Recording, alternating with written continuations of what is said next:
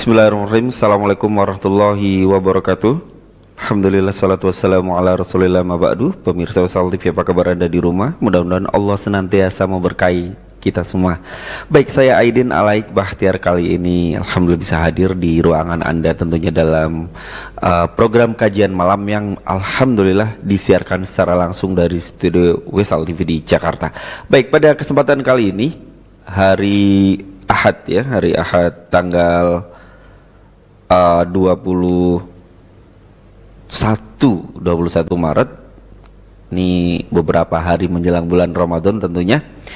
Kajian ini hadir kembali setelah pada akhir atau maksud saya awal pekan kemarin sempat ini ada uzur ustadznya, dan alhamdulillah hari ini bersama saya di studio. Kita sapa beliau Ustadz Maksum Badrul Zaman, hafizahullah ta'ala. Assalamualaikum warahmatullahi wabarakatuh, Ustaz. Waalaikumsalam warahmatullahi wabarakatuh. Kan kemarin alhamdulillah bisa silaturahmi ke orang tua. Oh iya betul. Ke luar kota ya. Setelah sekian lama karena faktor pandemi. Iya betul. Masya Allah.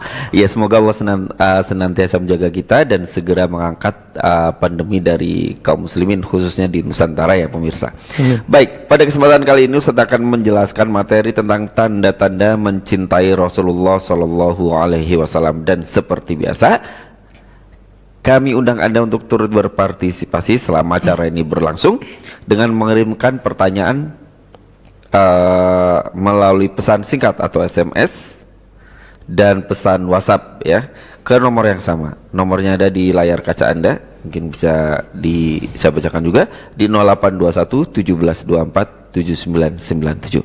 Baik, selengkapnya sembari menanti pertanyaan dari Anda, sama-sama kita simak materi kita, tanda-tanda mencintai Rasulullah Sallallahu Alaihi Wasallam. Silakan Ustaz. Baik, jazakallahu khair. Bismillahirrahmanirrahim.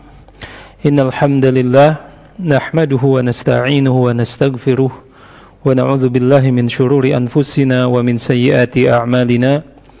May yahdihillahu fala mudilla lahu wa may yudlil fala hadiya lahu. Asyhadu an la ilaha illallah wahdahu la syarika lahu wa asyhadu anna Muhammadan abduhu wa rasuluh. Allahumma salli wa sallim wa barik ala Muhammadin wa ala alihi wa sahbihi ajma'in. Ya ayyuhalladzina amanu taqullaha haqqa tuqatih wa la tamutunna illa wa antum muslimun. Ya ayyuhan nasu taqu rabbakumul ladzi khalaqakum min nafsin wahidah wa khalaqa minha zawjaha wa batha minhuma rijalan katsiran wa nisaa'a wattaqullaha alladzi tasaaluna bihi wal arham Inna Allah kana alaikum raqiba. Ya ayyuhalladzina amanu taqullaha wa qulu qawlan sadida yuslih lakum a'malakum wa yaghfir lakum dhunubakum wa man yuti'illaha wa rasulahu faqad faza fawzan 'azima. Fa inna asdaqal hadithi kitabullah wa khairal hadi hadi Muhammadin sallallahu alaihi wasallam wa syarrul umuri muhdatsatuha fa inna kulla muhdatsatin bid'ah wa kulla bid'atin dhalalah wa kulla dhalalatin finnar. Kaum muslimin yang dirahmati Allah Subhanahu wa taala, berbahagia sekali pada malam hari ini Allah Subhanahu wa taala menganugerahkan kepada kita semua waktu senggang, waktu luang, yang dimana insyaallah kita akan manfaatkan untuk kembali menelaah sebagian ayat-ayat Allah Subhanahu wa taala dan sabda-sabda Rasulullah sallallahu alaihi wasallam. Insyaallah tema kita pada malam hari ini adalah membahas tanda-tanda mencintai Rasulullah sallallahu alaihi wasallam. Dan tanda-tanda ini penting untuk diketahui sebagai satu ukuran, sebagai satu barometer bagi kita. Apakah kita yang mengaku sebagai seorang muslim yang bersyahadat bahwa tiada ilah selain Allah Subhanahu wa taala dan mengaku bahwa Rasulullah sallallahu alaihi wasallam hamba dan utusannya, selain itu mengaku juga mencintai Rasulullah sallallahu alaihi wasallam, maka hendaknya kita memperhatikan apakah tanda-tanda cinta kita kepada Rasulullah sallallahu alaihi wasallam sudah hadir bersama kita, di dalam hati kita, di dalam pikiran kita, di dalam setiap gerak-gerik kita. Oleh karena itu, para ulama dalam masalah ini telah menulis berbagai kitab. Agar apa? Agar memberikan pencerahan kepada kita semua, memberikan pencerahan kepada umat, dan membedakan antara cinta sejati dan yang hanya cinta sebagai bualan saja. Maka itu mari kita simak apa saja kira-kira yang menjadi tanda-tanda yang penting ketika seseorang mencintai Rasulullah sallallahu alaihi wasallam. Tentu dalam bahasan ini saya tidak akan bisa memberikan materi yang sangat lengkap. Namun insya Allah saya akan memberikan beberapa hal yang menurut pengamatan saya setelah membaca beberapa tulisan para ulama, ada sekitar 6 ataupun 7 poin penting yang menjadi tanda-tanda seseorang mencintai Rasulullah sallallahu alaihi wasallam. Yang pertama yang menjadi tanda yang sangat penting adalah hendaknya cinta kita, cinta seorang muslim kepada Rasulullah sallallahu alaihi wasallam lebih besar dibanding cintanya kepada selain Rasulullah sallallahu alaihi wasallam. Tentu yang dibahas adalah cinta sesama makhluk, apakah kepada ayah, ibunya, kepada anaknya, kepada saudaranya, bahkan kepada pekerjaannya. Maka hendaknya ketika seseorang mencintai Rasulullah SAW dengan cinta yang benar, dengan cinta sejati, hendaknya cinta itu lebih besar daripada cintanya terhadap selain Rasulullah SAW. Dan ini sebagaimana telah dijelaskan ya, di dalam sebuah hadis yang diriwayatkan oleh Imam Al-Bukhari, di mana Rasulullah sallallahu alaihi wasallam bersabda kepada para sahabat, la yu'minu ahadukum hatta akuna ahabba ilaihi min walidihi wa waladihi wan nasi ajmain.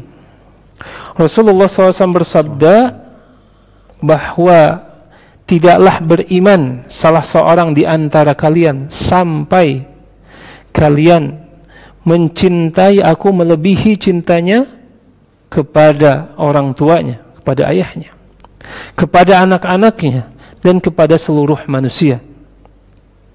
Dan berkaitan dengan hadis tersebut, dan kita pun pernah mendengar ya, kisah Umar radhiyallahu anhu ketika berkata kepada Rasulullah sallallahu alaihi wasallam, wahai Rasulullah, sesungguhnya engkau adalah orang yang paling aku cintai kecuali diriku sendiri, yaitu aku lebih mencintai diriku sendiri daripada engkau wahai Rasulullah. Kemudian Rasulullah sallallahu alaihi wasallam melanjutkan ataupun menjawab perkataan Umar ini dengan sabda yang tadi, bahwa kata Rasulullah SAW, la yu'minu ahadukum hatta akuna ahabba ilaihi min walidihi wa waladihi wan nasi ajmain. Wahai Umar, sesungguhnya seseorang itu tidak dikatakan beriman dengan keimanan yang sempurna sampai aku lebih dicintainya daripada ayahnya, daripada anaknya, daripada seluruh manusia. Kemudian segera setelah mendengar sabda ini, maka Umar radhiyallahu anhu saat itu merubah dengan cepat sekali, memposisikan kecintaannya kepada Rasulullah SAW, mengedepankan cintanya kepada Rasulullah SAW dibanding kecintaannya kepada yang lainnya. Dan kemudian berkata kepada Rasulullah SAW, wahai Rasulullah, sekarang engkaulah yang aku paling cintai daripada ayahku, daripada orang tuaku, daripada anak-anakku, dan daripada seluruh manusia. Maka Rasulullah SAW bersabda, al-an ya Umar, sekarang baru wahai Umar, engkau berada di dalam keimanan yang sempurna. Kita melihat bahwa keimanan seseorang dikaitkan secara langsung dengan kecintaan kepada Rasulullah sallallahu alaihi wasallam, dan ini menunjukkan sesuatu yang wajib. Ya. Oleh karena itu ketika seseorang atau kita mengaku mencintai Rasulullah sallallahu alaihi wasallam, tetapi kecintaan kita kepada istri kita, kepada anak-anak kita, kepada orang tua kita, kepada manusia seluruhnya masih lebih besar dibanding kecintaan kita kepada Rasulullah sallallahu alaihi wasallam, maka ini patut dipertanyakan. Maka patut diragukan kecintaan kita kepada Rasulullah sallallahu alaihi wasallam. Nah, karena itu hendaknya kita mengedepankan cinta kita kepada Rasulullah sallallahu alaihi wasallam dibanding cinta kita kepada manusia yang lainnya. Dan ini pun telah diberikan isyarat oleh Allah Subhanahu wa taala dalam Al-Qur'an. Di mana Allah Subhanahu wa taala berfirman, "An-nabiyyu aula bil mu'minina min anfusihim wa azwajuhu ummahatuhum." Di mana Allah Subhanahu wa taala berfirman, ya, bahwa Nabi sallallahu alaihi wasallam itu lebih utama bagi seorang muslim dibandingkan diri-diri mereka. Masya Allah. Subhanallah, kita mungkin terheran-heran mendengar firman ini, bahwa kedudukan Rasulullah SAW itu lebih utama bagi seorang muslim bahkan dibandingkan dengan dirinya sendiri. Dan mengenai ayat ini Imam Asy-Syaukani menafsirkan, "Tsumma dzakara subhanahu li rasulihi maziyatan 'azimatan wa khususiyatan jalilatan la yusyarikuhu fiha ahadun minal ibad." Bahwa di dalam ayat ini Allah Subhanahu wa taala menerangkan kepada Rasulnya, yaitu sebuah sifat yang khusus, sebuah keistimewaan yang agung yang diperuntukkan oleh Rasulullah SAW dari Allah Subhanahu wa taala, yang tidak seorang hamba pun bergabung ataupun bersama-sama dalam kekhususan ini. Itu ayat tadi, an-nabiyyu aula, ya, nabi itu lebih utama bil mu'minina, bagi seorang muslim bahkan untuk diri-diri mereka sendiri. An-nabiyyu aula bil mu'minina min anfusihim, ay huwa ahaqqu bihim fi kulli umurid din wa dunya, bahwa nabi ini lebih utama untuk didahulukan dalam setiap permasalahan, baik urusan agama, urusan din, terlebih urusan dunia. Maksudnya seperti apa? Ketika urusan-urusan agama ini, urusan-urusan dunia ini bertentangan ataupun menyelisihi sabda-sabda Nabi Muhammad sallallahu alaihi wasallam, menyelisih perintah-perintah Nabi Muhammad sallallahu alaihi wasallam, maka saat itu lepaskan urusan-urusan itu, kembali kepada Rasulullah sallallahu alaihi wasallam. Kemudian wa aula bihim min anfusihim fadlan an yakuna aula bihim min ghairihim. Disebutkan oleh beliau Imam Asy-Syaukani bahwa Rasulullah SAW lebih utama daripada diri-diri mereka, terlebih lagi lebih utama dibandingkan dengan orang lain. Ketika kita membandingkan antara Nabi, ya, dengan orang tua, ketika orang tua menyelisihi perintah Nabi, maka saat itu Nabi lebih aula, lebih utama untuk diikuti oleh kita dibanding orang tua kita. Ketika pasangan hidup kita lebih memilih satu jalan yang menyelisihi jalannya Nabi Muhammad SAW, maka saat itu Nabi Muhammad aula, lebih utama bagi kita untuk diikuti daripada pasangan hidup yang kita cintai. Begitu pula keturunan kita, ketika mereka menyelisihi perintah Nabi Muhammad SAW, maka pada saat itu Nabi aula bil mu'minin, lebih utama bagi seorang yang beriman kepada Allah Subhanahu wa taala untuk diikuti, bahkan ketika dibandingkan dengan keinginan-keinginan mereka sendiri. Maka pada saat itu fayajibu alaihim an yu'tharu bima aradahu Muhammad sallallahu alaihi wasallam. Jadi pada saat itu seorang muslim harus ithar, yaitu mengedepankan perintah Rasulullah SAW, mengedepankan apa-apa yang diinginkan oleh Rasulullah SAW. Karena kenapa? Rasulullah SAW tidak menginginkan dari umatnya kecuali kebaikan. Nah, termasuk di dalam hal ini an yuqaddimu hukmahu alaihim ala hukmihim li anfusihim.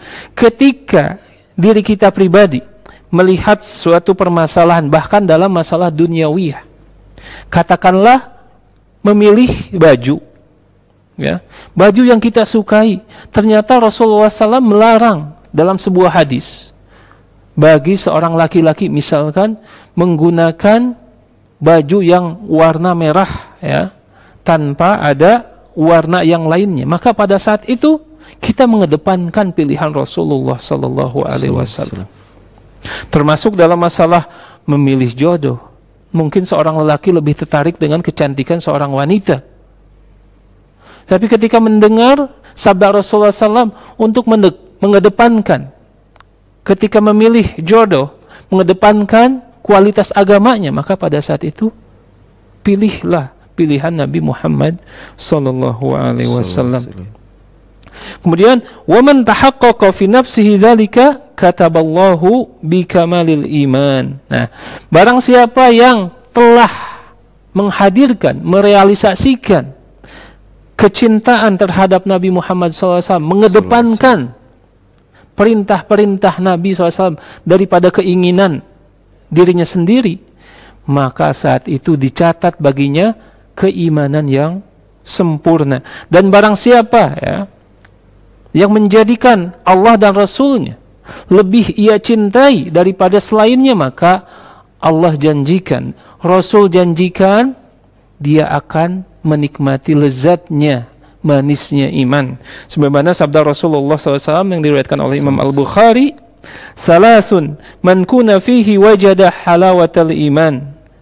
Ada 3 sifat atau 3 perkara yang jika ketiga-tiganya ada di dalam diri seorang manusia, seorang mukmin, maka dia akan menikmati lezatnya, manisnya iman. Yang pertama, an yakunallahu wa rasuluhu ahabba ilaihi mimma siwahuma, yaitu hendaklah Allah Subhanahu wa taala dan Rasulnya sallallahu alaihi wasallam lebih dia cintai daripada selain keduanya.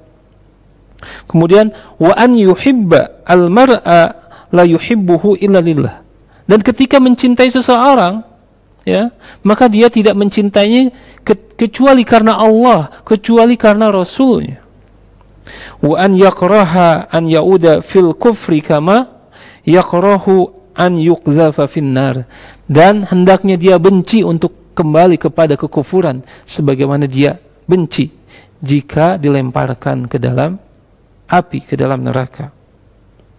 Nah, ini jaminan bagi kita yang mengaku mukmin, mengaku beriman kepada Allah dan Rasulnya. Maka ketika kita masih belum mampu mengedepankan pilihan Rasulullah SAW, belum mampu mengedepankan cinta kita kepada Rasulullah SAW melebihi cinta kita kepada yang lainnya, ingat, kita tidak akan pernah merasakan manisnya keimanan.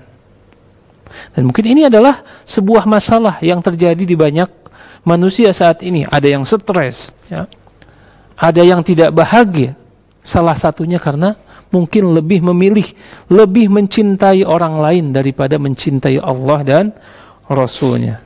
Nah, ini adalah tanda-tanda yang pertama, di mana kita tidak menemukan hal ini dalam jiwa kita. Berhati-hatilah dan teruslah menggali, ya, berlatih agar kita lebih mencintai Rasulullah sallallahu alaihi wasallam. Kemudian tanda yang kedua, jika seorang mencintai Rasulullah sallallahu alaihi wasallam, yaitu dia akan selalu mengagungkan, menghormati Rasulullah sallallahu alaihi wasallam. Ya. Dan ini sebagaimana firman Allah Subhanahu wa taala dalam surat Al-Fath ayat ke-8 dan ke-9. Di mana Allah Subhanahu wa taala berfirman, "Inna arsalnaka syahidan wa mubasyiran wa nadhira." Allah Subhanahu wa taala berfirman kepada Rasulullah SAW, sesungguhnya kami mengutusmu wahai Muhammad sallallahu alaihi wasallam sebagai apa? Syahidan, sebagai saksi, sebagai seseorang yang akan menjadi saksi di seluruh makhluk, kepada seluruh manusia, kepada seluruh makhluknya dari kalangan jin dan manusia.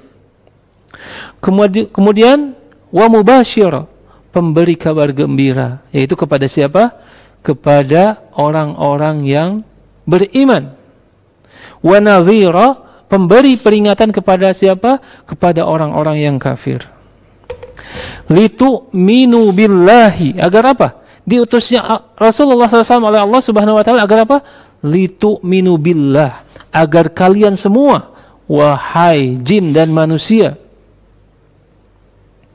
agar kalian beriman kepada Allah Subhanahu wa taala. Wa rasulihi, beriman kepada rasulnya. Wa tu'azziruhu, dan agar kalian menghormati, mengagungkan, membesarkan Rasulullah sallallahu alaihi wasallam. Wa tuwaqqiruhu, dan menghormati Rasulullah sallallahu alaihi wasallam. Wa tusabbihuhu bukrata wa asila, dan agar kalian semua memuji Allah Subhanahu wa taala di pagi dan petangnya. Nah, mengenai firman Allah ini, Ibnu Katsir rahimahullah mencatat dalam kitab tafsirnya, litu'minu billahi wa rasulihi, yaitu tujuan Allah Subhanahu wa taala mengutus Rasulullah SAW agar manusia dan jin, agar makhluknya beriman kepada Allah Subhanahu wa taala, beriman kepada Rasulullah sallallahu alaihi wasallam. Kemudian selain beriman kepada Allah dan Rasulnya, wa tu'azziruhu, agar kita membesarkan, meninggikan kedudukan Rasulullah SAW. Dan ini ditafsirkan oleh beliau dengan perkataan Ibnu Abbas radhiyallahu anhu, bahwa yang dimaksud adalah ayyu'azzimuhu, agar setelah beriman kepada Allah dan Rasulnya, mereka juga mengagungkan Rasulullah sallallahu alaihi wasallam, meninggikan kedudukan Rasulullah sallallahu alaihi wasallam. Wa tuwaqiruhu minat taqwir, minat tauqir, wa huwa al-ihtiram wal ijlal wal i'zam, yaitu untuk memuliakan Nabi Muhammad sallallahu alaihi wasallam dan mengagungkan kedudukannya. Jadi bagi manusia yang telah beriman kepada Allah, kemudian beriman kepada Rasulullah SAW, itu tidak cukup. Bahkan ketika mengaku mencintai Rasulullah SAW, tandanya adalah selalu mengagungkan kedudukan Rasulullah SAW, selalu menghormati kedudukan Rasulullah SAW. Dan generasi ataupun tokoh-tokoh teladan dalam masalah ini tentu saja adalah para sahabat Nabi Muhammad SAW, karena mereka adalah golongan yang dipilih Allah Subhanahu wa taala untuk menemani manusia terbaik, untuk menemani Rasulullah SAW. Mereka adalah murid Rasulullah SAW yang langsung mendapatkan ilmu dari Rasulullah SAW. Maka pantaslah mereka menjadi teladan dalam masalah ini, teladan dalam masalah mengagungkan Rasulullah SAW, yang dimana ketika mereka mengagungkan Rasulullah SAW, mereka tidak berlebihan, tetapi tidak menyepelekan. Pertengahan antara ifrat dan tafrid, antara berlebihan dan antara menyepelekan.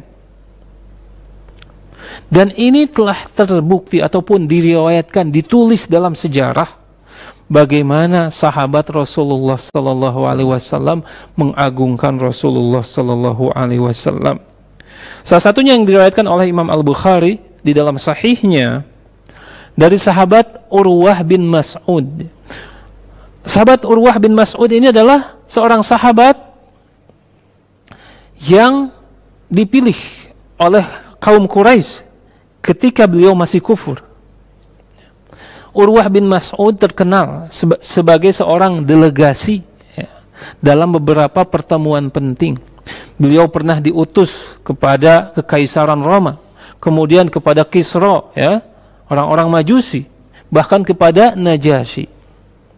Dan saat itu ketika perjanjian Hudaybiyah, orang-orang Quraisy telah sepakat untuk memilih Urwah bin Mas'ud untuk mengadakan perjanjian dengan Rasulullah sallallahu alaihi wasallam. Maka Urwah bin Mas'ud datang kepada Rasulullah SAW di Hudaybiyah, ya, datang dengan kesombongan, datang untuk mengecilkan kedudukan Rasulullah SAW di depan para sahabatnya. Bahkan tidak cukup itu, beliau pun saat itu ketika dalam masih kekufuran menghina atau meremehkan para sahabat Rasulullah SAW dan mengatakan, sesungguhnya aku tidak melihat pengikutmu kecuali orang-orang yang datang dari berbagai suku, yaitu bukan Arab. Karena kenapa? Di zaman Rasulullah SAW orang-orang Quraisy sangat ta'assub dengan bangsa Arab, menganggap bangsa Arab adalah bangsa yang paling tinggi, paling sempurna, dan merendahkan orang-orang ajam, yaitu orang-orang non-Arab. Dan pada saat itu pun sahabat-sahabat Rasulullah SAW banyak dari kalangan non-Arab seperti Salman Al-Farisi, kemudian Bilal, ya, dan yang lainnya. Maka Urwah ingin menghinakan kedudukan Rasulullah SAW sekaligus menghinakan para pengikutnya, itu para sahabat. Dan dia menakut-nakuti bahwa dengan perkataannya, sesungguhnya aku tidak melihat bahwa pengikutmu adalah orang-orang yang terhormat, dan aku menyangka bahwa mereka akan segera meninggalkanmu, wahai Muhammad. Subhanallah. Ini perkataan yang sangat menyinggung para sahabat saat itu. Dengan semangatnya para sahabat tidak bergeming, tetap semangat dan menunjukkan kesetiaannya kepada Rasulullah sallallahu alaihi wasallam dengan menunjukkan ihtiram, memuliakan Rasulullah SAW di luar hari-hari biasanya. Bahkan ketika melihat bagaimana para sahabat Rasulullah saat itu memuliakan Nabi Muhammad SAW, saat itu Urwah bin Mas'ud tercengang. Sehingga Urwah ini kembali kepada Quraisy dan berkata, wahai kaum Quraisy, sesungguhnya aku pernah diutus kepada kaisar, yaitu Romawi, kepada Raja Romawi. Dan aku pernah diutus kepada Kisra, yaitu Raja Majusi.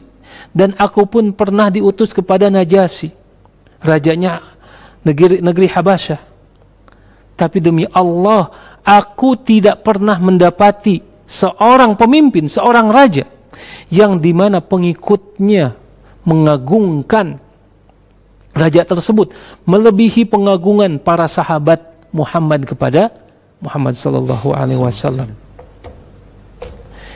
Ini membuktikan bahwa ya, kesombongan Urwah saat itu kalah dengan pengagungan sahabat kepada Nabi Muhammad SAW. Dia tidak menyangka bahwa di sisi Nabi Muhammad SAW ada sahabat yang begitu mengagungkan nabinya, mengagungkan utusan Allah Subhanahu wa Ta'ala, sehingga dalam riwayat yang lain disebutkan bahwa Urwah bin Mas'ud seperti putus asa, kemudian memberikan satu nasihat kepada Quraisy. Sungguh seandainya kaum ini, itu para sahabat, diberikan harta apapun, niscaya mereka akan menolak dan akan mempertahankan nabinya di sisi mereka. Karena itu semangat Urwah saat itu turun dan selalu terngiang-ngiang melihat langsung ya, pemuliaan para sahabat kepada Nabi Muhammad SAW. Bahkan di satu riwayat, ya, riwayat Imam Bukhari disebutkan bahwa tidaklah Rasulullah SAW mengeluarkan ludah, dan ludah tersebut jatuh kepada telapak tangan salah seorang sahabat kecuali ludah tersebut diusapkan kepada muka mereka dan kulit-kulit mereka. Kemudian tidaklah Rasulullah sallallahu alaihi wasallam berwudu kecuali para sahabat seakan-akan ingin saling membunuh, berkelahi untuk memperebutkan sisa air wudu mereka. Dan ketika Nabi Muhammad SAW mengemukakan atau memutuskan sebuah perkara, maka mereka langsung tunduk kepada perkara yang diputuskan oleh Rasulullah sallallahu alaihi wasallam. Masya Allah, ini adalah pengagungan yang sangat luar biasa di zaman Rasulullah SAW yang dilakukan oleh para sahabat. Para sahabat melihat langsung Rasulullah SAW. Kemudian bagaimana dengan kita? Sepeninggal Rasulullah SAW, apakah pemuliaan ini masih tetap diwajibkan kepada kita? Tentu memuliakan Nabi Muhammad SAW di saat hidup, ya, atau di saat setelah wafatnya sama dengan memuliakan Nabi Muhammad SAW sebagaimana dimuliakan ketika hidupnya. Di sini Abu Bakar Al-Arabi rahimahullah menyebutkan hurmatun Nabi sallallahu alaihi wasallam maitan ka hurmatihi hayyan. Kedudukan Nabi Muhammad SAW setelah wafatnya sama persis dengan kedudukan, dengan kehormatan Nabi Muhammad SAW di kala hidupnya. Kemudian wa kalamuhu al-ma'thur ba'da mautihi fi rif'ati mislu kalamihi al-masmu min lafzihi. Dan kedudukan sabda-sabdanya yang saat ini telah dibukukan, telah tertulis di dalam lembaran-lembaran kertas, kedudukannya sama seperti saat sabda-sabda ini diucapkan dari lisan yang mulia, itu lisan Rasulullah sallallahu alaihi wasallam. Fa idza quri'a kalamuhu wajaba ala kulli hadirin alla yarfa'a sautahu alaihi. Dan jika sabda-sabda ini diucapkan atau dibacakan dalam sebuah majelis, maka wajib kepada yang hadir dalam majelis itu untuk tidak berbicara, untuk diam dan tidak mengangkat suaranya. Kemudian, dan wajib kepada yang mendengar sabda-sabdanya untuk tidak menyelisihi perkataan Rasulullah sallallahu alaihi wasallam sebagaimana diwajibkan kepada orang-orang yang hadir melihat langsung Rasulullah sallallahu alaihi wasallam. Ini keagungan yang sangat mulia yang tidak didapatkan orang-orang selain Rasulullah sallallahu alaihi wasallam. Begitu banyak para pemimpin di kala hidupnya dihormati, tetapi ketika setelah wafatnya para pengikutnya mulai meninggalkan ajarannya. Para pengikutnya mulai melihat keburukannya, melihat kekurangannya. Tetapi Rasulullah sallallahu alaihi wasallam dimuliakan Allah Subhanahu wa taala, dimuliakan para sahabatnya. Bahkan saat ini kita selaku umatnya tetap memuliakan Rasulullah sallallahu alaihi wasallam. Tidak berkurang sedikit pun pengagungan Rasulullah SAW di saat setelah wafat sebagaimana dia dimuliakan di saat hidupnya. Nah, oleh karena itu ketika kita mengaku bahwa mencintai Rasulullah SAW, maka wajib kita mengagungkan kedudukannya, mengagungkan syariatnya, mengagungkan sunnah-sunnahnya. Dan ketika hal ini belum ada di dalam jiwa kita, ingatlah, mungkin saja kecintaan kita kepada Rasulullah SAW adalah kecintaan yang kosong. Hanya pengakuan belaka, belum melahirkan amal yang nyata. Oleh karena itu, mari kita gali, mari kita pelajari bagaimana Rasulullah SAW diagungkan oleh para sahabatnya. Mari kita baca sirah perjalanan hidup Nabi Muhammad SAW. Mari kita berkaca dari hidup para sahabat yang mulia. Kemudian yang selanjutnya, yang ketiga, salah satu tanda bahwa kita mencintai Rasulullah sallallahu alaihi wasallam adalah kita sering menyebut namanya.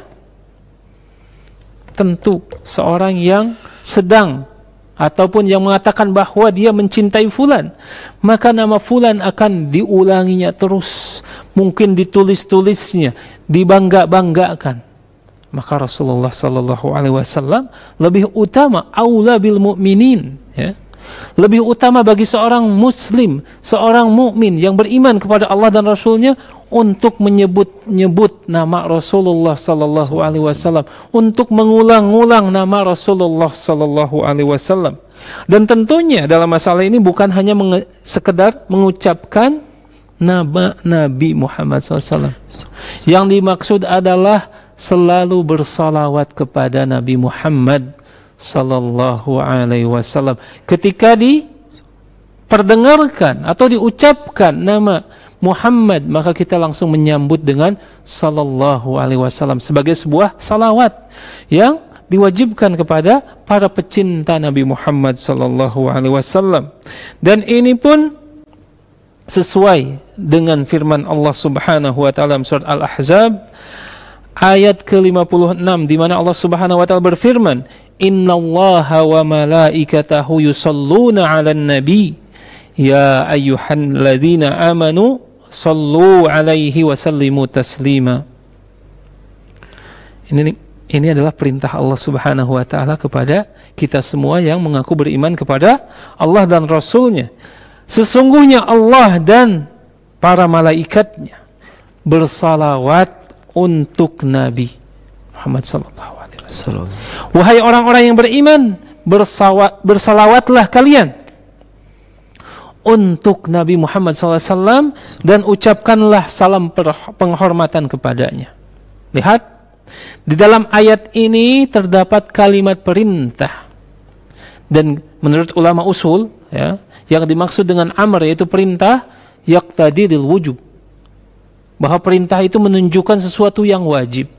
Maka bersalawat kepada Nabi Muhammad SAW bagi seorang mukmin yang beriman kepada Allah dan Rasulnya adalah wajib. Wajib. Jika meninggalkannya adalah ketika seorang tidak pernah bersalawat kepada Nabi satu kali pun dalam hidupnya, maka ini bertentangan dengan ayat ini.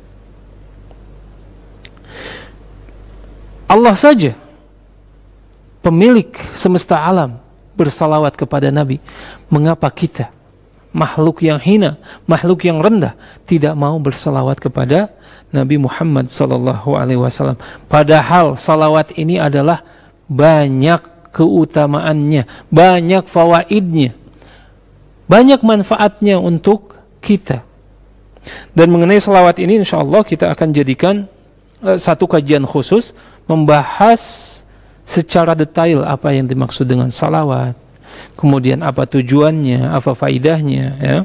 Dan saya dalam pertemuan ini hanya akan menjelaskan secara global saja, secara ringkas, bahwa sesungguhnya salah satu tanda seseorang mencintai Rasulullah SAW yaitu memperbanyak salawat kepada Nabi Muhammad SAW. Dan di sini saya akan sampaikan salah satu hadis yang menyebutkan faidah, menyebutkan keutamaan salawat.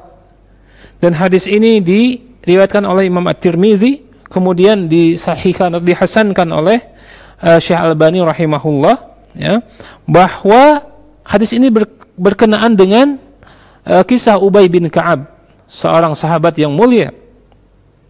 Saat itu Ubay bin Ka'ab meriwayatkan ataupun mengabarkan bahwa dahulu ketika datang sepertiga malam,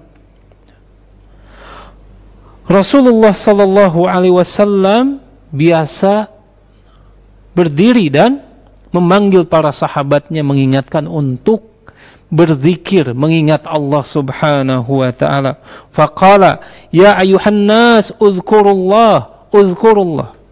Jika datang sepertiga malam, maka Rasulullah SAW berkata kepada para sahabatnya, wahai sekalian manusia, berzikirlah kepada Allah Subhanahu wa taala, ingatlah kepada Allah Subhanahu wa taala.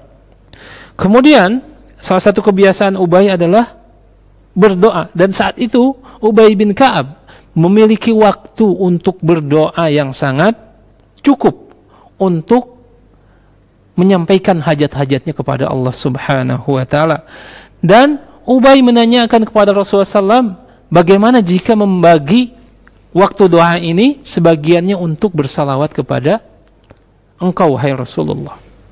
Maka Ubay menanyakan tentang berapa persisnya, apakah setengahnya, apakah seperempatnya, apakah sepertiganya yang akan dia jadikan waktu untuk khusus berselawat kepada Nabi Muhammad SAW. Maka Ubay pun bertanya kepada Rasulullah SAW, apakah aku boleh menjadikan seperempat dari waktu doaku untuk berselawat kepadamu, wahai Rasulullah? Kemudian Rasulullah SAW bersabda, masyi'ta, lakukan sesukamu. Tetapi kata Rasulullah SAW, jika engkau menambah dari seperempat ini, maka itu akan lebih baik bagimu.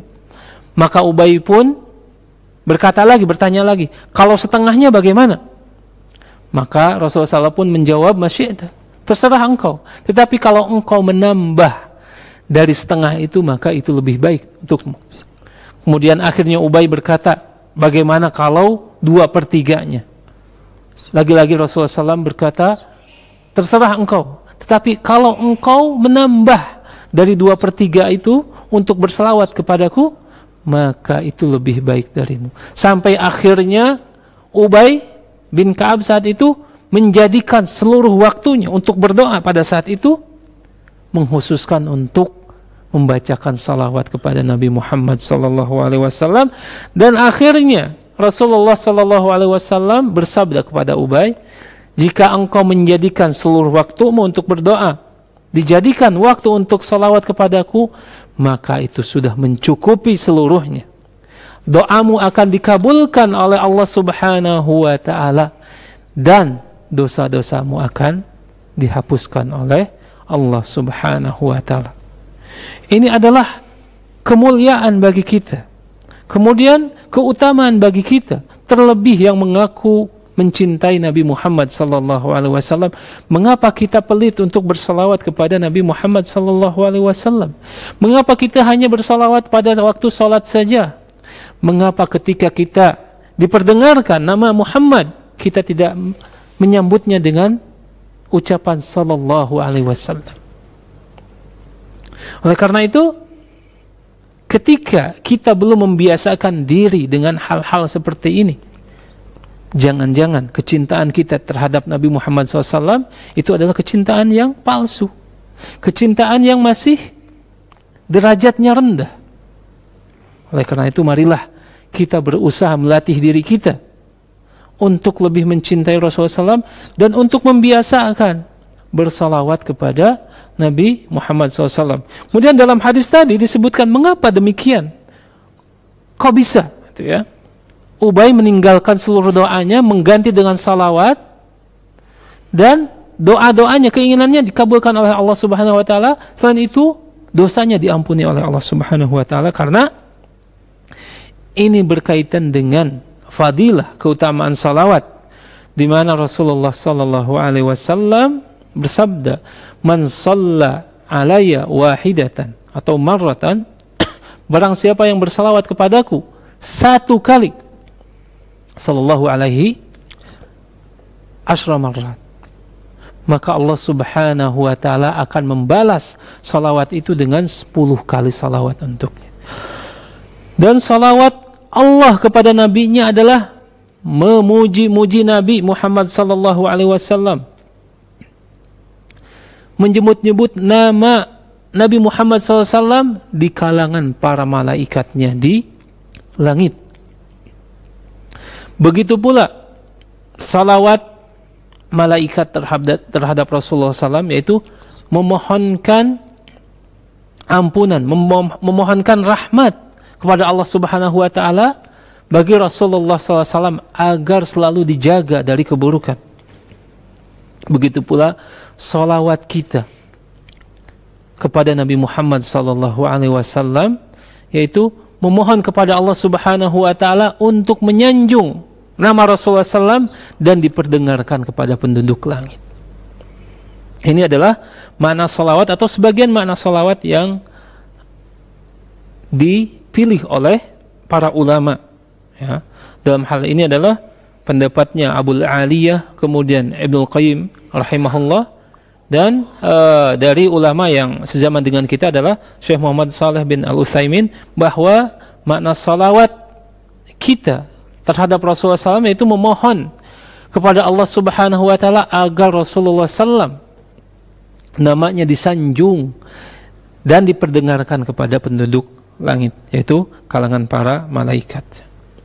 Kemudian selain bersalawat ya, yang mencakup menyebut-nyebut nama Nabi Muhammad SAW, yaitu menyebutkan kekhususannya atau menyebutkan sifat-sifat yang khusus untuknya, seperti misalkan telah berkata as-sadiqul masduq, yaitu telah berkata orang yang benar dan dibenarkan oleh Allah Subhanahu wa taala. Ini pun adalah salah satu tanda kecintaan kita kepada Nabi Muhammad SAW.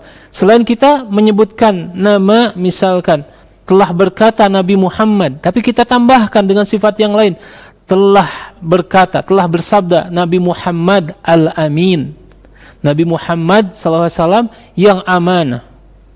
Ini pun adalah salah satu bentuk ya, atau tanda kecintaan kepada Nabi Muhammad SAW dengan membanggakan sifat-sifat yang khusus yang dimiliki oleh beliau. Selain itu menyebutkan mukjizat beliau. Ini pun adalah salah satu tanda kecintaan kita kepada Nabi Muhammad SAW. Yang keempat, tanda berikutnya adalah kita berharap agar bisa melihat wajah beliau yang mulia, agar kita bisa bertemu dengan Nabi Muhammad SAW, rindu berjumpa dengannya, rindu untuk melihat sosoknya. Ini tidak diragukan bahwa ini adalah salah satu tanda yang penting bagi seseorang yang mengakui bahwa dia mencintai Rasulullah SAW. Kita saja ketika mengetahui ada seseorang yang telah berbuat baik kepada kita, misalkan ada seseorang yang selalu memberi hadiah kepada kita tetapi tidak pernah menyebutkan namanya atau tidak pernah memperlihatkan sosoknya, kita akan selalu penasaran, siapa orang yang baik ini, siapa orang yang Masya Allah kebaikannya sangat ikhlas ini. Kita akan penasaran, ingin tahu siapa sosok ini, mencari informasi ke sana kemari, kira-kira, dan menerka-nerka kira-kira siapa yang melakukan hal ini. Terlebih kepada Nabi Muhammad SAW yang kebaikannya melebihi kebaikan manusia yang ada di bumi, melebihi kebaikan kedua orang tua kita, melebihi kebaikan orang-orang yang tercinta. Tidakkah kita penasaran melihat raut wajahnya yang mulia? Tidakkah kita rindu melihat postur tubuhnya yang gagah? Kemudian tidakkah kita rindu menyaksikan senyumannya yang indah? Pasti ketika kita mengakui bahwa kita mencintai Rasulullah SAW, kita saat ini selalu penasaran, membayangkan perjumpaan itu, merindukan perjumpaan itu. Bahkan mungkin sebagian orang terbawa mimpi ingin bertemu dengan Rasulullah SAW. Dan ini adalah tanda-tanda cinta kita kepada Rasulullah SAW. Dan di sini ada beberapa riwayat ya, yang disampaikan oleh Imam Muslim dalam sahihnya, min asyaddi ummati li hubban man yakunu ba'di yawaddu ahaduhum law ra'ani bi ahlihi wa malihi. Yang merupakan orang yang paling besar kecintaannya kepadaku, yaitu orang-orang yang datang setelahku. Orang-orang yang datang setelahku artinya tidak pernah melihat Rasulullah SAW, tidak hidup di zaman Rasulullah SAW, dan dia berharap ingin melihat Rasulullah walaupun harus mengorbankan keluarga dan hartanya. Ini menunjukkan kecintaan yang sejati terhadap Rasulullah sallallahu alaihi wasallam. Di riwayat yang lain ya, masih dari Sahih Muslim, waladi nafsu Muhammadin biyadihi la ya'tiyanna ala ahadikum yaumun la yarani thumma la an yarani ahabbu ilaihi min ahlihi wa malihi. Demi zat yang jiwa Muhammad ada di tangannya, pasti akan datang pada salah seorang di antara kalian suatu masa yang saat itu kalian tidak bisa melihatku lagi, yaitu setelah wafatnya Rasulullah sallallahu alaihi wasallam.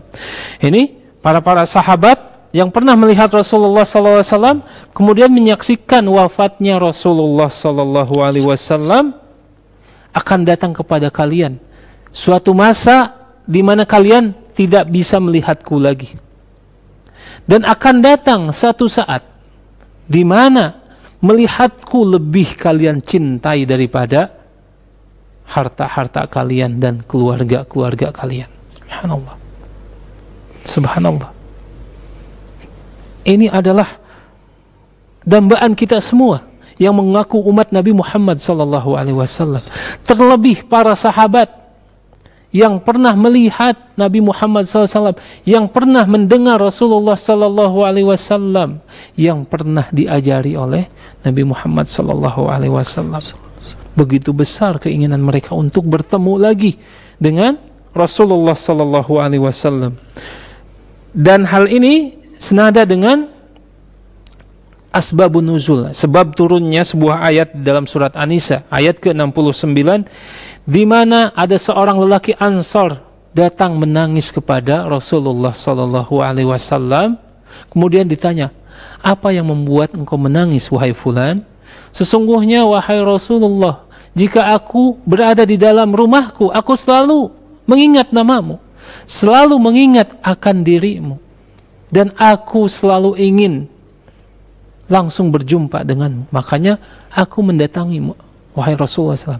Tetapi tiba-tiba ketika aku ingat bahwa aku akan meninggal, engkau pun akan wafat, sedangkan engkau, wahai Rasulullah, engkau akan diangkat ke derajat yang paling tinggi. Sedangkan ketika aku mati nanti, bagaimana aku bisa bertemu denganmu di surga, sedangkan kedudukanmu sangat tinggi?" Maka Rasulullah SAW terdiam dan tidak bisa menjawab pertanyaan sahabat ini, sampai akhirnya Allah Subhanahu wa taala menurunkan sebuah ayat, itu ayat ke-69 dalam surat An-Nisa, "Wa may yuti'illaha wa rasul", barang siapa yang mentaati Allah dan Rasul, fa ulaika ma'al ladzina an'amallahu 'alaihim minan nabiyyin was-siddiqin wasyuhada'i was-salihin wa hasuna ulaika rafiqa. Barang siapa yang taat kepada Allah dan Rasulnya, maka mereka itulah yang akan bersama orang-orang yang telah Allah beri nikmat dari kalangan para nabi, kemudian kalangan para siddiq dan para syuhada dan orang-orang yang saleh. Maka sudahkah ada keinginan ini di dalam jiwa-jiwa kita? Sudahkah kita merindukan senyuman Rasulullah SAW kepada kita? Sudahkah kita merindukan panggilan Nabi Muhammad SAW terhadap umatnya? Jika tidak, mari kita gali, mari kita pertebal keimanan kita kepada Allah dan pertebal kecintaan kita kepada Rasulullah SAW.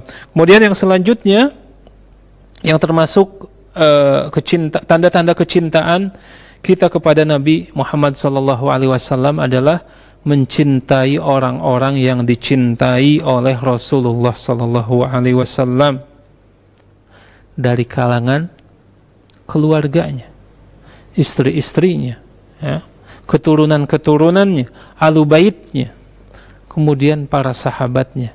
Jika ada di dalam jiwa ini, ya, atau jiwa ini kering untuk mencintai orang-orang yang dicintai oleh Rasulullah SAW, jangan-jangan keimanan kita adalah keimanan yang kosong, keimanan yang tidak sempurna. Karena kenapa? Tali keimanan yang paling kuat, sebagaimana sabda Rasulullah SAW, tali keimanan yang paling kuat adalah hubbu fillah wa bugdu fillah. Mencintai karena Allah dan membenci karena Allah Subhanahu wa ta'ala. Salah satunya yaitu mencintai karena Rasulullah SAW. Kita mencintai seseorang karena Rasulullah SAW mencintai mereka. Mencintai para sahabat karena Rasulullah SAW mencintai mereka. Mencintai muhajirin dan ansar karena Rasulullah SAW mencintai mereka. Mencintai ahlu baitnya karena Rasulullah SAW mencintai mereka. Karena singkatnya waktu, insya Allah tentang makna siapa ahlu bait, ya, insya Allah kita akan bahas dalam pertemuan yang khusus, ya. Siapa mereka ahlu bait, ya, kemudian apa hak-hak mereka dan apa kewajiban kita terhadap mereka. Kemudian yang terakhir, yang termasuk tanda-tanda kecintaan kita kepada Rasulullah Sallallahu Alaihi Wasallam, yaitu selain tadi mencintai orang-orang yang dicintai oleh Rasulullah SAW, kita pun membenci orang-orang yang dibenci oleh Rasulullah Sallallahu Alaihi Wasallam. Jangan sampai terbersit di dalam hati kita. Kita kasihan, kita mencintai orang-orang yang dimurkai oleh Rasulullah SAW, seperti tokoh-tokoh kekufuran. Bahkan mungkin sebagian orang terenyuh hatinya ketika mendengar kisah Abu Talib, seorang paman yang sangat cinta terhadap Rasulullah SAW, membantu dakwah Rasulullah SAW, tetapi mati dalam kekufuran. Kadang mungkin hati ini terenyuh, merasa kasihan, merasa iba terhadap perjuangan Abu Talib yang telah membesarkan Rasulullah SAW. Tapi tidak demikian, karena Rasulullah SAW pun tidak diperkenankan untuk memberi kasihani terhadap Abu Talib, dan tidak mencintai Abu Talib karena kekufurannya.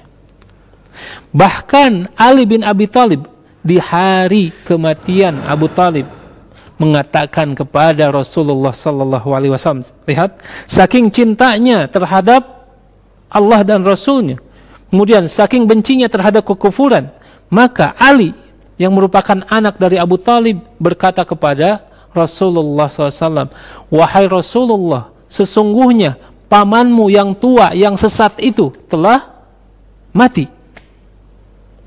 Lihat, padahal Abu Talib adalah ayahnya Ali.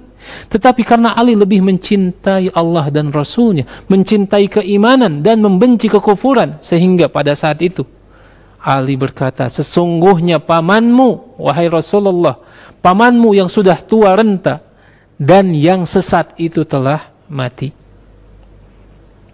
Ini menunjukkan keimanan yang sempurna dari seorang sahabat yang membenci karena Allah, ya, yang membenci karena Rasulullah Sallallahu Alaihi Wasallam.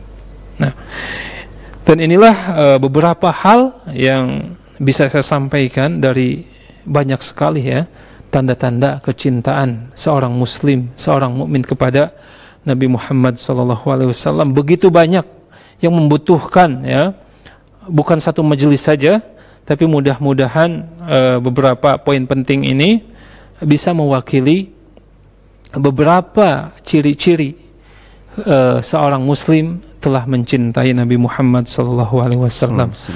Hadza wa sallallahu ala nabiyyina Muhammad wa ala alihi wa sahbihi ajmain.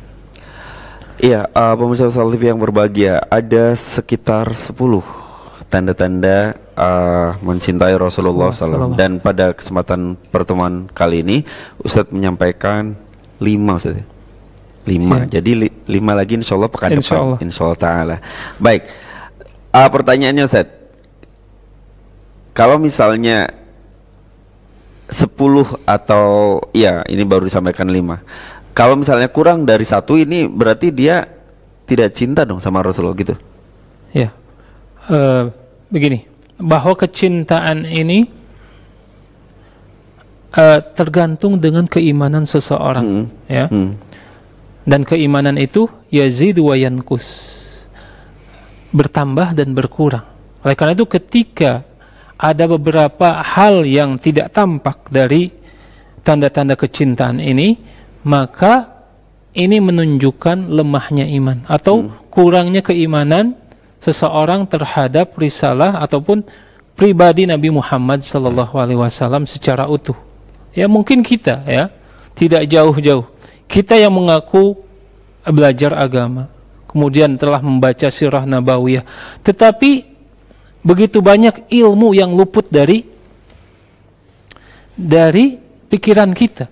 Berapa banyak sifat-sifat yang tidak dikenal ya oleh kita, sedangkan diriwayatkan dalam buku-buku hadis yang terlalu banyak.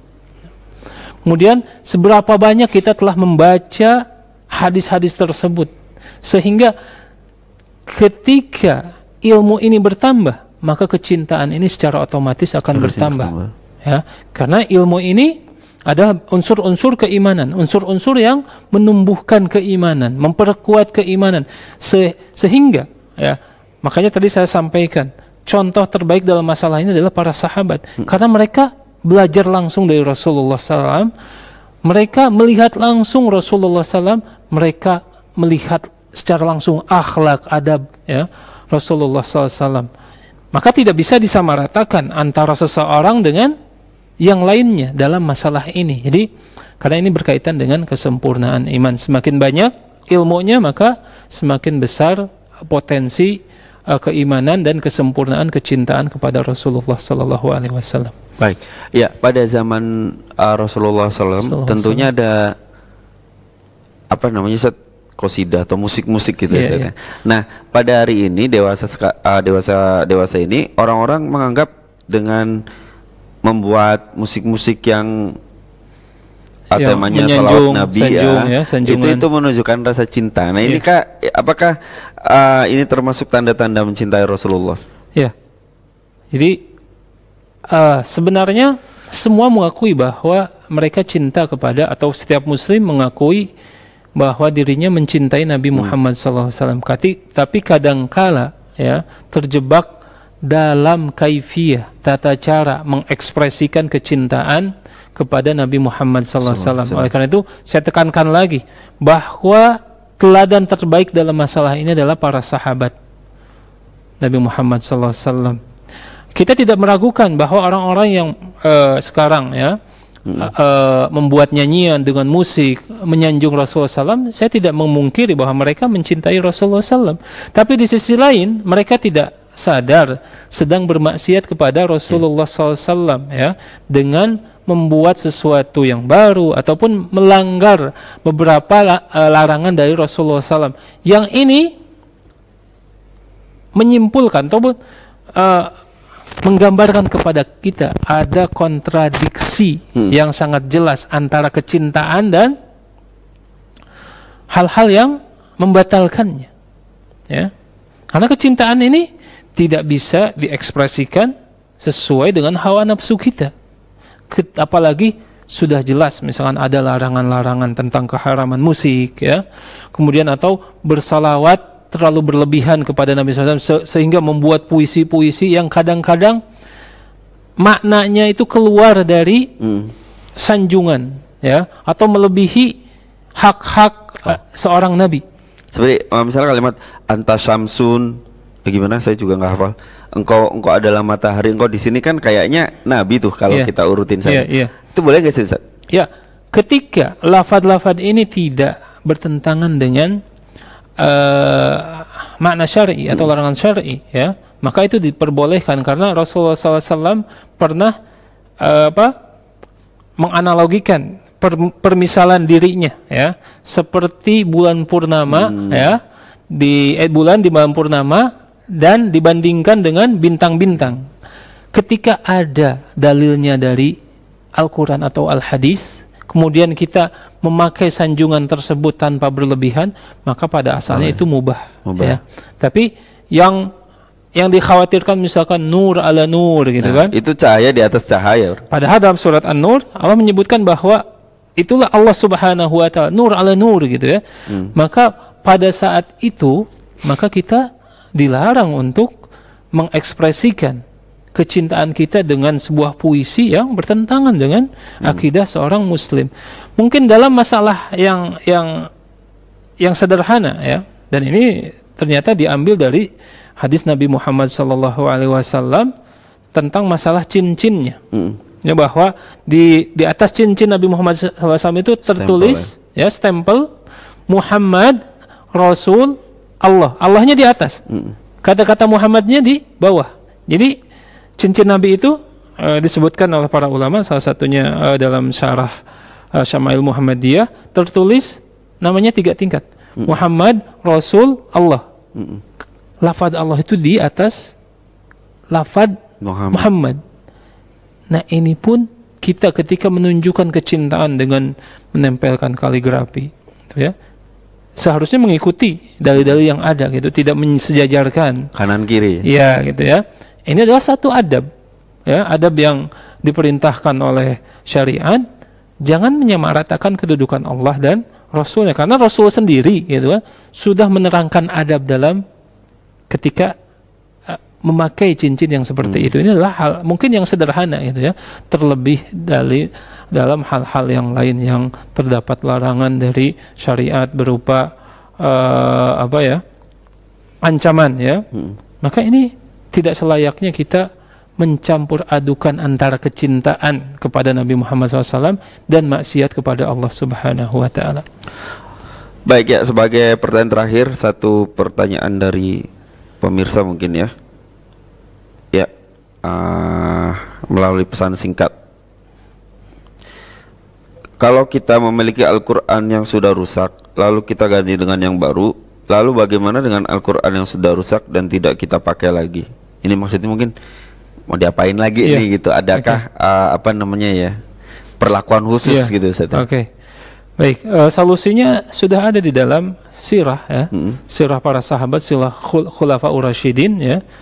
Di saat sepeninggal di zaman Utsman, ya. Karena Abu Bakar saat itu hanya mengumpulkan mushaf dalam satu lembaran, kemudian dibuka di zaman Utsman. Tapi saat itu di zaman Utsman, Al-Quran ini kan diturunkan dengan 7 dialek, gitu ya. Ada qiraah sab'ah. Maka salah seorang sahabat, kalau tidak salah Ubay bin Ka'ab, ya, memberikan nasihat kepada khalifah saat itu Utsman bin Affan. Karena kenapa? Saat itu di zaman Utsman itu banyak sekali orang-orang non-Arab masuk Islam. Kemudian khawatir ketika Quran ini masih dibacakan dengan 7 dialek, nanti takutnya orang-orang miskomunikasi, gitu ya. Terus terjadi khilaf yang sangat banyak. Akhirnya disarankan kepada khalifah untuk menetapkan satu mushaf saja, satu riwayat saja. Makanya Utsman bin Affan menyuruh para sahabatnya untuk membukukan mushaf ini dalam satu riwayat saja, ya. Kemudian sisanya mushaf-mushaf yang ada dikumpulkan kemudian dibakar. Itu di zaman Utsman bin Affan, ya. Ini pun dijadikan dalil, ya, karena kan sunnah Nabi dan sunnah Khulafaur Rasyidin yang harus kita pegang.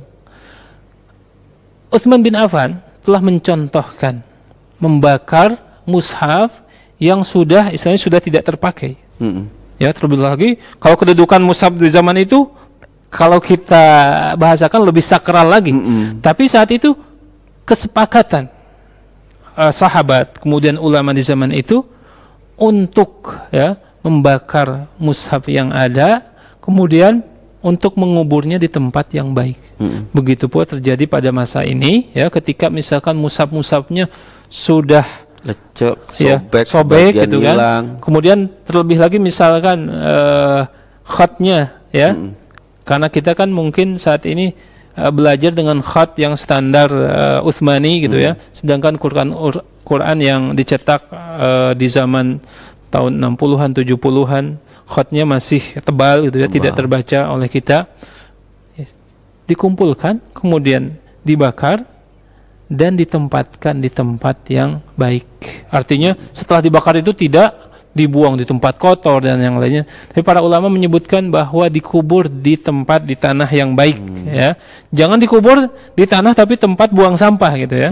Karena ini salah satu adab terhadap Al-Qur'an. Jadi tidak mengapa, dan ini sudah dijelaskan para ulama. Salah satunya yang pernah saya baca itu di Fatwa Lajnah Daimah, ya. Ulama kibar di kerajaan Saudi tentang masalah ini, yaitu membakar mushaf-mushaf yang sudah tidak terpakai, kemudian menguburnya dan ditempatkan di tempat yang baik. Jadi gitu ya. Mungkin secara teknis dibikin lubang dulu kali ya. Takutnya kalau sudah dibakar kan abu kertasnya kemana-mana. Ya, bisa seperti itu, atau di dalam sebuah tungku. Ya. Saya pernah melakukannya karena banyak sekali Quran di rumah waktu itu. Kemudian sudah tidak terpakai, kemudian setelah menelaah pendapat para ulama, akhirnya saya membuat sebuah tungku, ya.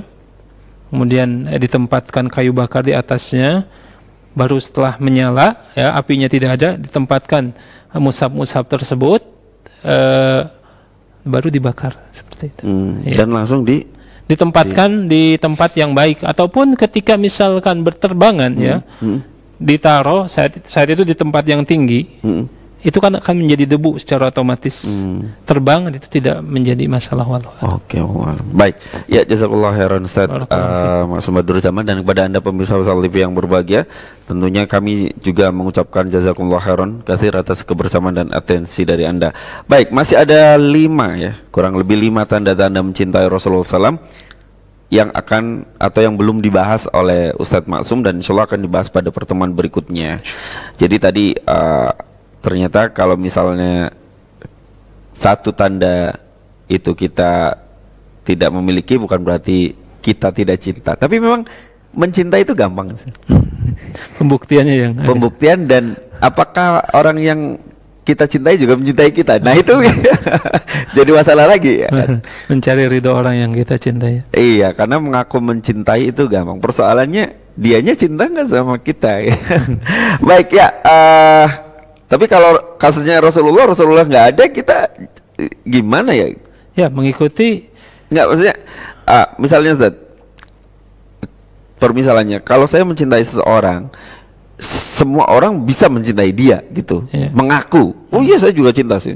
Tapi bener nggak sih si dianya itu cinta kepada kita semua, kan jadi masalah juga. Rasulullah SAW adalah nabi yang sangat cinta kepada umatnya, gitu ya.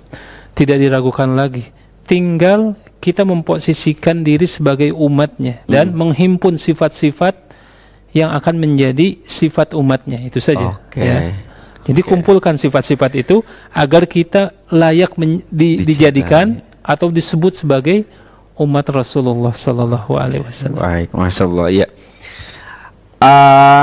Pemirsa Wasal TV, insyaallah kita bertemu pada pertemuan berikutnya pada pekan depan pada setiap hari Ahad malam insyaallah taala, dan kita tutup pertemuan kita dengan melafazkan doa penutup majelis. Subhanakallahumma wa bihamdika asyhadu an la ilaha illa anta astaghfiruka wa atubu ilaik. Assalamualaikum warahmatullahi wabarakatuh. Waalaikumsalam.